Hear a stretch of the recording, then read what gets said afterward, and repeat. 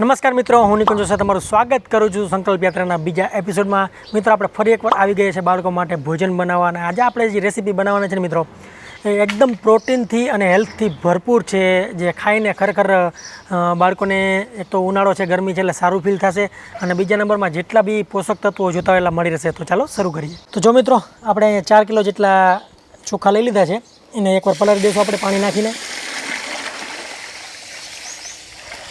સૌપ્રથમ આપણે છે કેપ્સિકમ અહીંયા લીધા છે, એને કાપી લઈએ। એકદમ બારીક આપણે કટ કરશું, ચોરસ ટુકડા થાય નાના એવા, એ રીતે।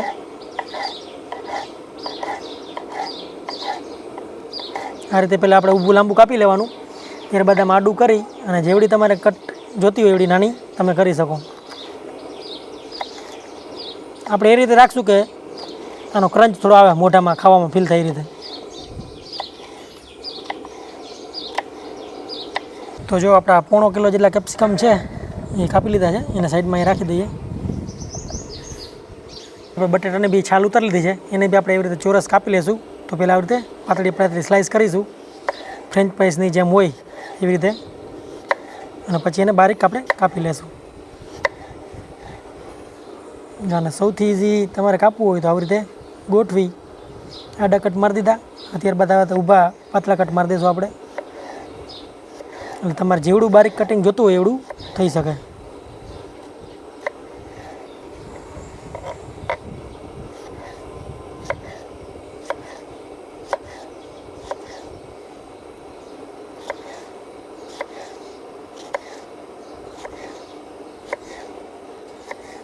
જો તો જો આપણું ચોખા માટેનું પાણી છે એ ઉકળી ગયું છે। હવે આપણે એમાં મીઠું નાખી દઈએ, જેથી આપણે ભાત વઘારીએ ત્યારે મીઠું બધું પ્રોપર ચડી જાય બધી, અને વઘારમાં ઓછું નાખવું પડે। વઘારમાં આપણે શાક પૂરતું જ નાખીશું, બાકી આપણે ભાતનું જોઈએ છે એટલે આમાં નાખી દઈએ છીએ। તો જો આપણું મીઠું બી પાણીમાં પાકી ગયું છે, હવે આપણા ચોખા પલાળેલા હતા એ આપણે નાખી દઈએ।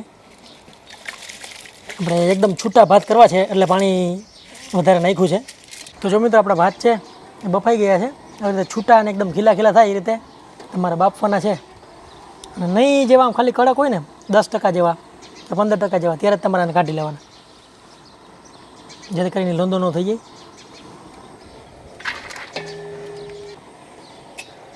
તો જો આપણે જે પાણીમાં ભાત બાફ્યા હતા એ જ પાણીમાં અત્યારે આપણે લીલા વટાણા છે એ નાખી દઈ, અને આખી રાત પલાળેલા મગ છે, આ કોટા ફૂટી ગયા છે। જો કોટા ન ફૂટે તો હાલે, ને કોટા ફૂટેલા હોય તો બી સારું, કાંઈ વાંધો નથી।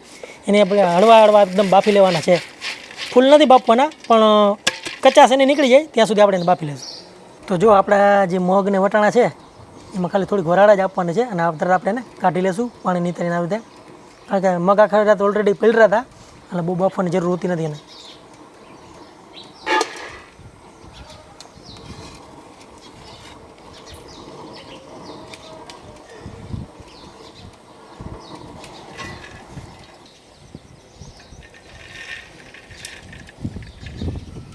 આપણે વઘાર માટેની તૈયારી કરી રહ્યા છીએ। હવે સૌપ્રથમ હું તેલ મૂકીશ। આમાં તેલનું પ્રમાણ ખૂબ જ ઓછું રાખવાનું, આમ તેલવાળું ન લાગવું જોઈએ, એકદમ ડ્રાય લાગવું જોઈએ, એ જ આ વસ્તુની ખાસિયત છે। તો જ આ વસ્તુ હેલ્ધી કહેવાય, નકર તો કાંઈ મતલબ નથી રહેતો આપણે મગ ને વટાણા ને કેપ્સિકમ ને જે બધું નાખી છે એનું। તો જો આપણું તેલ ગરમ થઈ ગયું છે, પહેલાં નાખી આખી જીરું,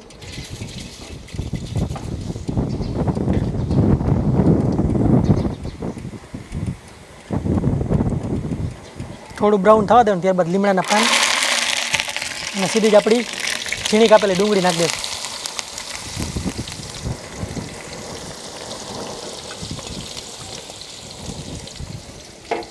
એકવાર સારી રીતે મિક્સ કરી લઈ।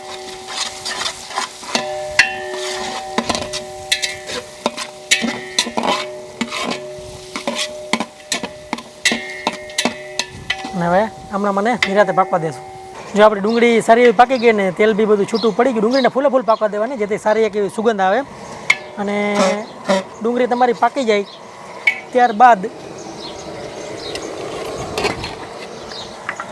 આપણા જે બટેટા હતા એ નાખી દઈશું।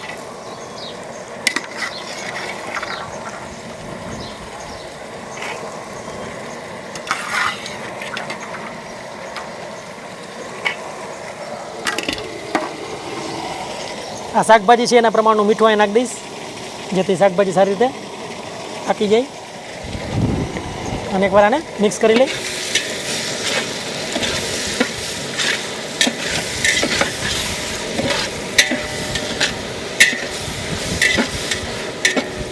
બસ હવે આને હમણાં બિલકુલ હળવા તાપે પાકવા દેશું.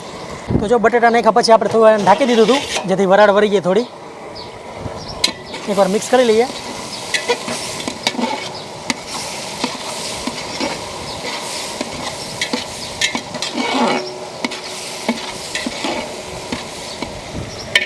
ત્યારબાદ મિત્રો આપણે તીખાસ માટે મરચી નાખીશું. મેં 100 ગ્રામ જેવી મરચી લીધી છે, એ નાખી દઈ અને હલાવી નાખીએ.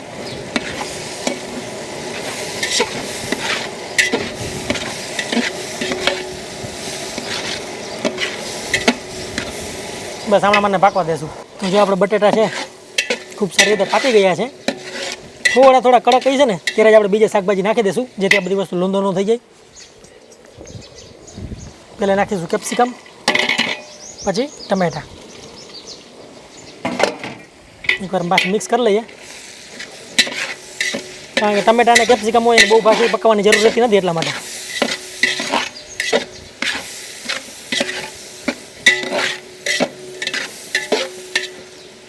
તો જો આપણા કેપ્સિકમને ટમેટા નાખ્યા ને થોડી વાર થઈ ગઈ છે. થોડી જ્યારે વરાળ લાગી જાય ત્યારે તરત જ આપણે હળદર નાખી દઈશું. એકવાર પકવી લઈ હળદરને થોડી હલાવી લઈ, જેથી કલર આવી જાય બધી વસ્તુમાં.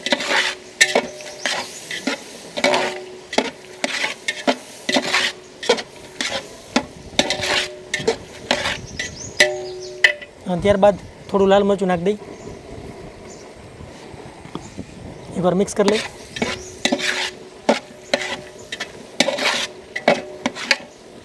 ગેસ અત્યારે સાવ ધીમો રાખ્યો છે.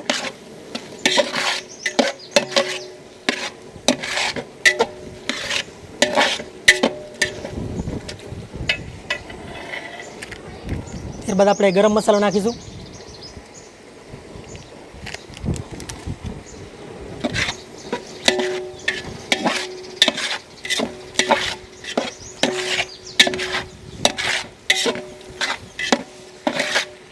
એકદમ મસાલેદાર કલરફુલ આપણું મિક્સચર છે, બેઝ એ રેડી થઈ ગયો છે.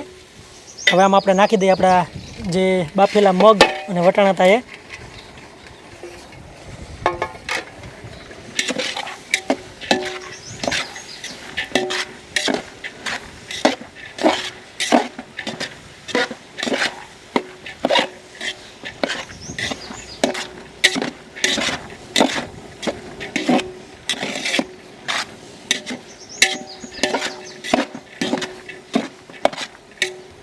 અને થોડી વાર માટે હળવું પાકવા દઈએ, પછી આપણા ભાત બાફેલા છે એ નાખી દઈશું. જો આપણા મસાલા એકદમ હળવા તાપે 1-2 મિનિટ સુધી પકવી લીધા, ત્યારબાદ તરત જ આપણા જે બાફેલા ચોખા છે એ નાખી દઈશું.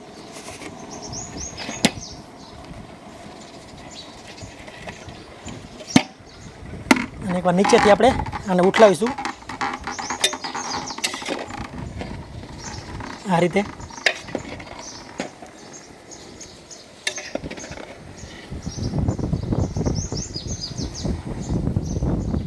કુકર આખું નીચેથી છે આપણે એને ઉઠલાવી લઈ આ રીતે નિરાતે. એકદમ કલરફુલ મિત્રો દેખાઈ રહ્યો છે આપણે પુલાવ. હેલ્ધી તો છે જ સાથે સાથે.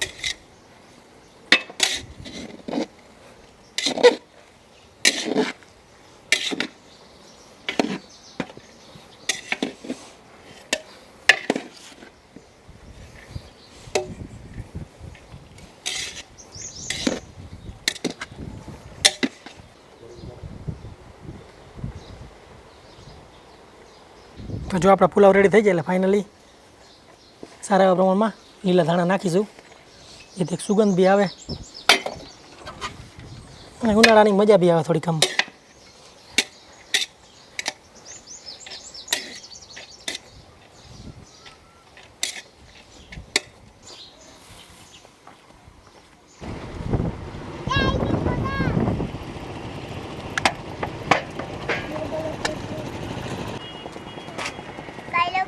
જોકા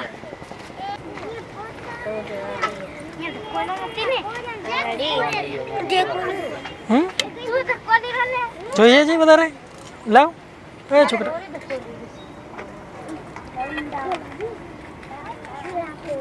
હલો છોકરા, ઓ ભાઈબંધ લાવ. હાલે સોડા લેવી છે કે છાસ? લાવ છાસ લેવી સોડા લેવી? પડી જાય. હલો છોકરા, હા, દે. છોકરી હલે તારા.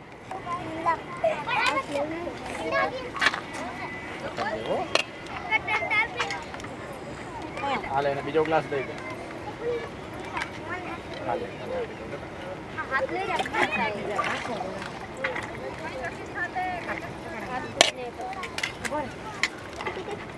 હાથમાં લે લા હાથમાં.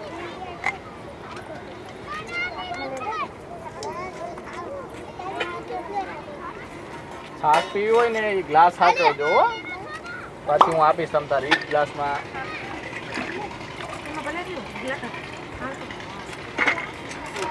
તને લાવ લાવ લાવ.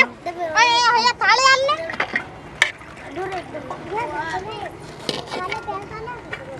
થાળે આપો મામા. શું જોયું? બલતા. છાસ. દોરા. પછી પાછળ આવતો ન મળે. લાલે આપતે મમ્મી યાદ ને. પકડ. લવલીસ. આય આય લે. દઈ ગયા અંદરા. ચાલ પકડો માયો. ગ્લાસમાં સોડા છે ને. ચાલ ચાલ પરકલ એને. દોરે. ઓ સોરી. નિરાતે છોકરા. આ પેલા આમ વઈ જાવ બધાય. એમ એક જ નહીં આપવાના વચ્ચેથી. વહી જાવ પેલા આટલા વહી જાવ પછી આ બધું દઈ દે.